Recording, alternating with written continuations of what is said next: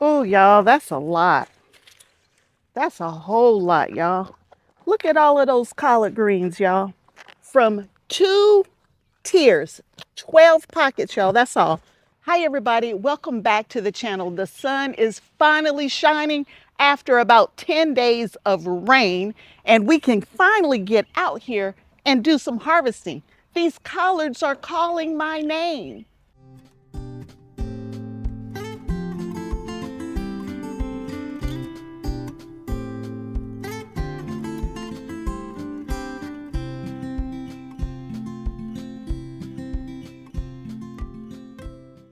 Hello, everyone. It's been a minute since I've been able to get outside. We have had so much rain.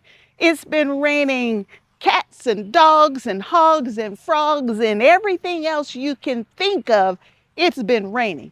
For the last 10 days, we've got nothing but rain.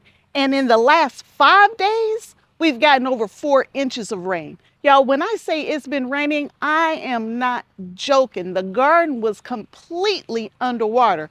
Let me show you how the garden was. You can see the kind of like the water line as the water has started receding a little bit. So let me show you that first. I don't know if you can really see this or not, but there is a line on this pot and there's a line on that bed up there. And you can see just how high the water was in the garden. It's still super, super wet. And I do mean wet. Even down on this one here, I'm in the shade. Let me go on the other side. It's so dark. I'm hoping I can lighten this up for you to be able to see it. But you see the water line right there of how high the water was. You can see the line on this bed as well, how high the water was. And it was just standing in the garden. I mean, water stood in this garden, y'all, for several days. Like right here, y'all, it is still squishy and mushy. It is a mess, y'all. There's still standing water up under this paper right here. But the good thing is that everything in my garden now, with the exception of a couple boxes and a couple bags, everything is in a raised bed or a GreenStalk. So they didn't sit in water and get all, you know, soggy and wet, and it just stayed in the water soggy and wet, except for a couple boxes and a couple pots. Everything else was up off the ground. So I don't believe I'm going to lose anything from all the rain. And honestly, y'all, everything looks amazing except for the boxes. They might not make it through the whole year because of how much water they had to sit in for so long. But other than that, y'all, everything's looking good out here. The water is starting to recede. I really still can't get in this area right now, but there's some things over on the patio that I can get harvested even though it's super wet out here. Now, this is not a garden tour, but y'all, I just wanted to show you what all of that rain did for my broccoli. Look at that purple broccoli. I got heads on everything, y'all, and they just keep getting bigger and bigger.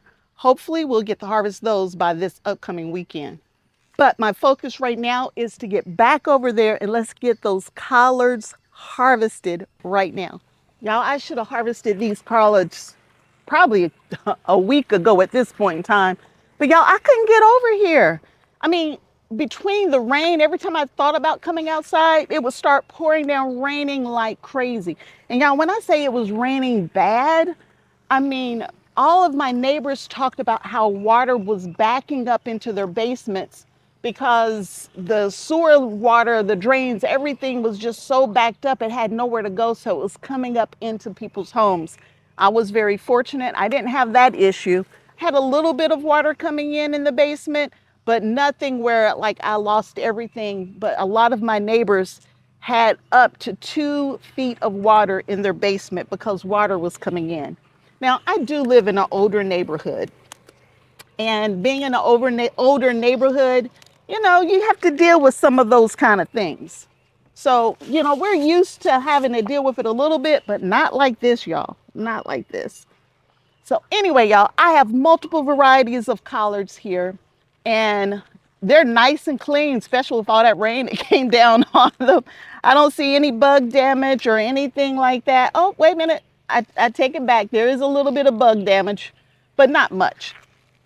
So the way I like to harvest my collards, And y'all, there are only 2 tiers of collards here, only 2. So there are 12 pockets of collards, but I like to break them off like this. And then I don't like a lot of stems, but I'll keep a few. And I like to go ahead and chop mine up before I take it in. Some people say they don't like to do that because they're checking them for bugs when they get in the side. Well, I'm still going to check them for bugs, y'all. I'm going to do that. Don't you worry. We will still be checking them. But they're already cut to size while I'm out here. And in all honesty, if I want mom to wash them, I got to do this step. Otherwise, I got to do them myself when I get inside. Beautiful, beautiful collards, beautiful. So the different varieties, Georgia collard, obviously, who doesn't grow a Georgia collard green, right? And then I have bats and yeah, I don't know what all's over here, y'all, but a lot of different types of collard greens. I had somebody ask me if you can get really big leaves in a green stalk of collard greens. And y'all, these are some really big leaves. I normally don't do a lot of stems, but the stems are here. I can't waste them, y'all. I can't waste them.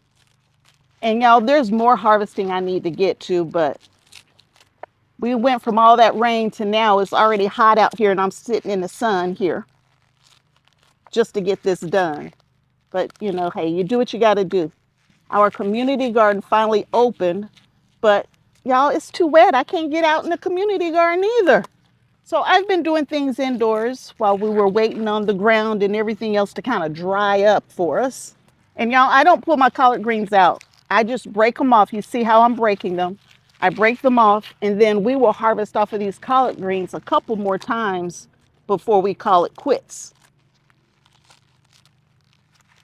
And we'll probably eat some of these because we haven't had any fresh collard greens since last season, even though I still have a whole bunch in my freezers. And I've canned a whole bunch of them. I really don't want to can collard greens this year, but we definitely want some for fresh eating. Now I'm in zone 6B. I'm in Southwest Ohio, so I'm a little farther north, and I know Southern gardeners have been enjoying this stuff already for a long time. But y'all, we just getting started good. It took forever for it to warm up. And y'all, believe it or not, I don't even have my whole garden in yet. We're at the end of May, and I still have some of my summer garden to get in because I just couldn't get out here. I'm happy for my cool season crops. They got to really take their time and develop for our spring harvest, but my summer crops are way behind, y'all. Y'all, I already got this many greens, and that's probably enough collard greens right there to feed my family. And I've only harvested 1 whole pocket, 3 half pockets. So that's like 3 pockets, and y'all, I got a meal already for my family. I am not upset. Growing your own food, y'all, that's the way to go. And I'm going to harvest these pretty good because who knows when I'm going to get back out here to do it again, y'all. It's going to be a minute. And when I harvest, y'all, I take everything. I just leave a few leaves like that, and then they'll produce a whole nother set for me. As long as it doesn't get too hot and it don't go to seed on me. When I say go to seed, y'all, now let me start by saying, y'all, I am from North Carolina. So between me living in Southwest Ohio in the northern part of the country, I grew up down in North Carolina. So I got some southern sayings, some northern sayings. I'm all over the place, y'all. But going to seed means that they start to flower, which means they're trying to reproduce. And so I try to keep them cut so that that doesn't happen. And I got that happening right now with my mustard greens. I need to get over there. I need to get those harvested. Just not right now, not today. We'll have to get to it when we can get to it. The good thing is that I finally got my tomatoes in the ground. Finally. Whew. Y'all, I didn't think I was going to ever get that done. And I lost so many tomato plants, y'all. I lost so many that I thought I wasn't even going to have enough to get in the garden. Well, actually, I know I didn't have enough. There's a couple of areas where I normally fill it all the way out with tomatoes. I didn't do that this year because I didn't have any. And so we'll use that space to grow something else. Isn't that a pretty leaf right there? Look at that. Oh, beautiful, beautiful. Well, I was thinking about putting another batch of collards somewhere else, but I don't think I'm going to do that this year since I already have so many put away. It's the turnip greens, mustard greens, the rape. Those are the ones that I really want to put away this season. So this one 5-tier GreenStalk is going to give me more than enough to feed my family for fresh eating this season. And I'll still be able to put some away, even though I really don't need to. We will still be able to put some away. The other thing that I like about the GreenStalk is that it's off the ground. So even though we had all of that rain, I don't have that rain, muddy, dirty water and trash and debris all on my greens. Actually, they look amazing, nice and clean. It's one of those other benefits to a GreenStalk. Well, I'm going to keep harvesting all of these greens, and then I'm going to come back and I'm going to show you the harvest and what I'm going to do next, because we're going to do a little maintenance on this GreenStalk too while we're at it. Might as well, we're sitting here, right? All right, let me finish up. I will bring you back in just a moment. Okay, I'm finished. My basket started getting a little small, y'all, so I had to switch out. Let's pour it all together. Uh-oh, losing the harvest. Oh, y'all, that's a lot. That's a whole lot, y'all. Look at all of those collard greens, y'all. From 2 tiers, 12 pockets, y'all, that's all. 12 pockets of collard greens would feed my family. This is probably easily 4 different meals of just collard greens grown on 2 tiers. And that's all, just 2 tiers. Now, I got 3 more tiers here that we're getting ready to work on. So let me tell you what we're going to do next. Now, in this GreenStalk, the bottom 2 tiers, I put in transplants. So the transplants, of course, they got a faster start. In the top 3 tiers, I started everything from seeds. Again, this is still all collard greens, but some pockets did very well and some pockets have nothing in it. Some pockets have too much in it. So I'm going to take this time to kind of separate some of these pockets. Like, for example, this is called Green Flash, and it has 3 pretty big collards growing in this one pocket right here. So we're going to pull one out just like that. You see all the roots and everything's intact. And I'm going to stick it in this empty pocket that nothing's growing in.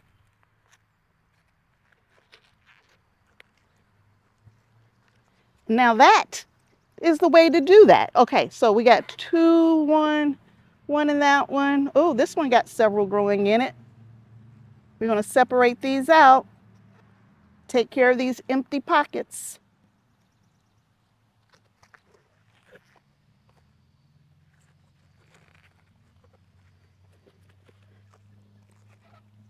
There's another one that's got a whole bunch growing together.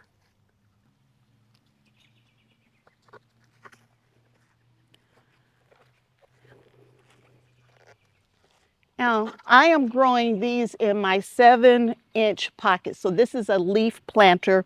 Usually, if you want those really big collard greens, I would recommend you grow in the original planter because they're 10-inch deep pockets. But I'm in the leaf planter, and I usually don't grow my collards super big, but you know, hey, that's where we are right now today. So if that's what you're trying to do, I would go with the original planter. But even in the leaf planter, y'all see what I'm getting, right? And these are 1 plant per pocket, and you saw how big they were and how big the harvest was just now. So let's see what else we can separate, if anything. Here's another. Uh-oh, I don't need to do this? I didn't need to pull this one out, y'all, but I did. So now that I've pulled it out, it needs a home. All right, there we go. So now every one of these pockets up above has something in it where some were empty before. And so I'll probably get another harvest down here. And then by the time I finish getting that harvest, These top 3 tiers will be producing as well. So I'm staggering the harvest over a longer period of time, but 2 tiers is too much, y'all. I could have planted 1 tier and had more than enough for my family of 4.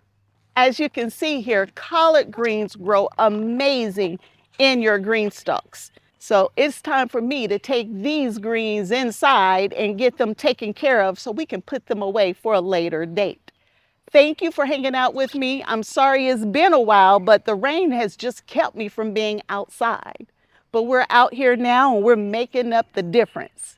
So until next time, and I hope there'll be a next time that you choose to hang out with me at Kim's Cozy Corner Garden. Talk to you again soon. Bye.